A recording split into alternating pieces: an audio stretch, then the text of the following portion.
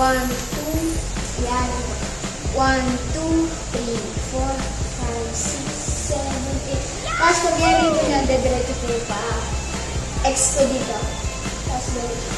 Kaya dito, ganito po. Tapos, dito po. Tapos baba ko.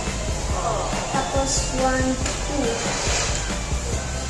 2. Pag-ayarin ko na ng X, i-bend ko yung ganito. X ko, tapos sa kabila ko. Kaya Brian, dito!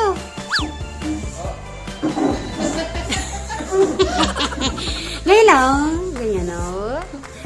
Happy. Isang ano dyan, isang palakpak. Isa pa. Tatlo. O, dalawa. Isa. Ay, galing. Ikaw na, Kuya Brian.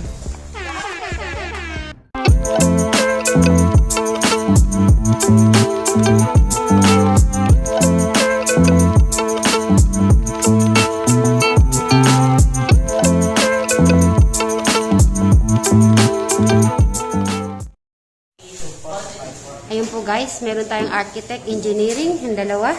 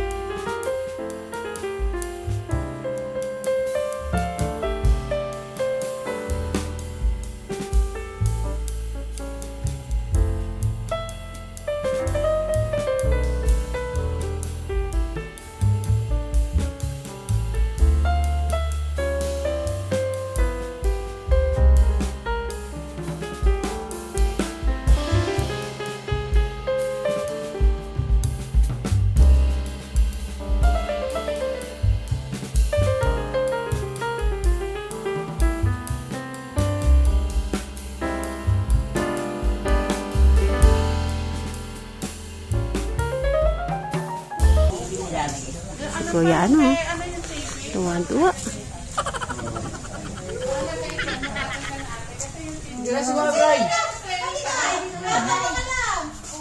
Para makita natin yung smile mo. Siyempre kasama si Kuya din.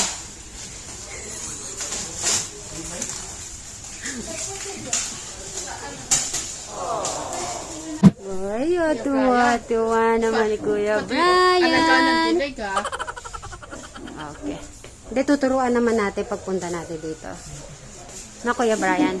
Dito mo muna. Isang smile nga naman dyan. Kuya Brian, dito.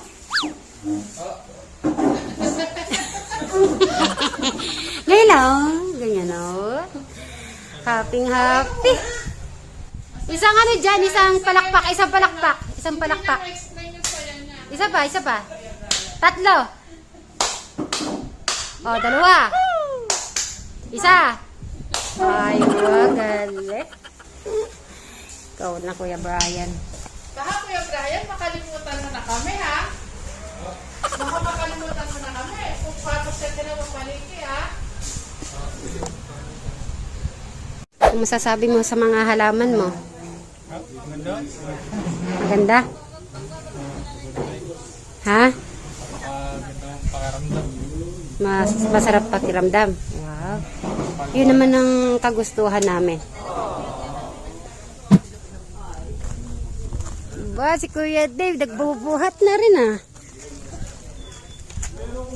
Kaya pala ni Kuya Dave. Opya! Opya. Traffic sa EDSA.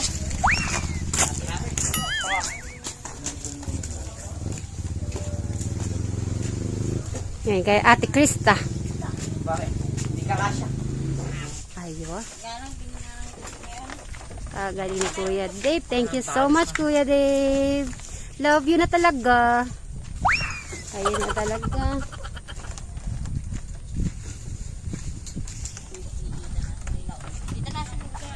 Okay na lahat yan? Okay, Kuya. Thank you. Parang ang sarap yung ganito, no? Yung probinsya style. Baka dito nakakahulog? Naku, ha? Magkakaroon ka naman din. Oo nga naman. Parang na-imagine ko si Novas. Kumakamot na kami sa ulo. Kasi nag-iisa siyang tinuturuan eh. So, nakatutok. Kung ganda na aga. Ako dapat may iwan ako.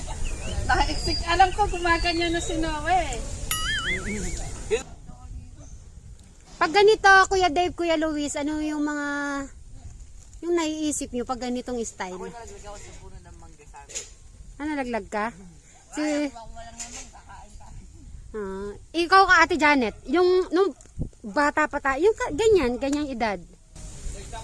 Di ba, ang gusto ko sa ganito yung may asin siya, bagoong, salo-salo kami kumakain magpipinsan. May taga-akyat, Alam mo yung kariton na may kalabaw? Di ba minsan halos mga kagilid-gilid tapos kumukuha ka ng mga bayabas. Ayun. Yung Tatay Ram. Masarap. Dapat na. Bagay na bagay yan sa kape. Maliit ang nakuha niya, pinalitan yung malaki. Ayaw mo sa puno. Ha? Ayaw mo sa puno. Antik ba tawag ko ka? Antik. Ano? nagpipilaw ka. Antek ba yung tawag sa malalaking magam dito? Pampanga. Antek. Hindi ko ano eh. Ibok. Antik ba to ako, ate? Hindi yung mga may langgam tita. Ang titirahin pag umakyat ka. Ay, malalaki. Ano ano tawag ka sa langgam na yan? Yung malalaking nahabol, yung malalaki. Sa amin antek pag kinagat ka makapakamot ka talaga eh. Big ant. May ibok yun eh. Ano? Ibok, ibok. Oh. Sa amin ibok. Parang Antek. first time ko narinig yung Sa amin ibok. Langkang ibok. naalala ko no nung grade 6 ako. At saka yung yung itim, anong tawag doon? Duhat. Ba't ngayon wala na mga ganon? Tapos taalugin na may asin. Oo. Eh, masaya na ako nung pag may duhat ka ako gagano. Alala ko na ano kami ng mangga. Tapos ibinenta namin, akala namin kikita kami, hindi kami kumita nila tito dito. No, nabenta lang ng 35, 20, may 15 pesos pa manggang hinog. Oo nga, bakit nagkakataon na ganun, no? Oo, basta yung pag may bunga na yung mangga, sabi nila mataas ang mangga. Nangangarap kami na baka ma 60 pa o 50. So, mahinog na ang mangga, 30, halos hindi na mabili. Pagkahinog nila. Sila lola mo kung saan nila ibinebenta nun kasi ang dami. Oo, inaalala ko pa man, nag-uuwi pa sa bahay. Nasa Pinaranda kayo nan. Meanwhile,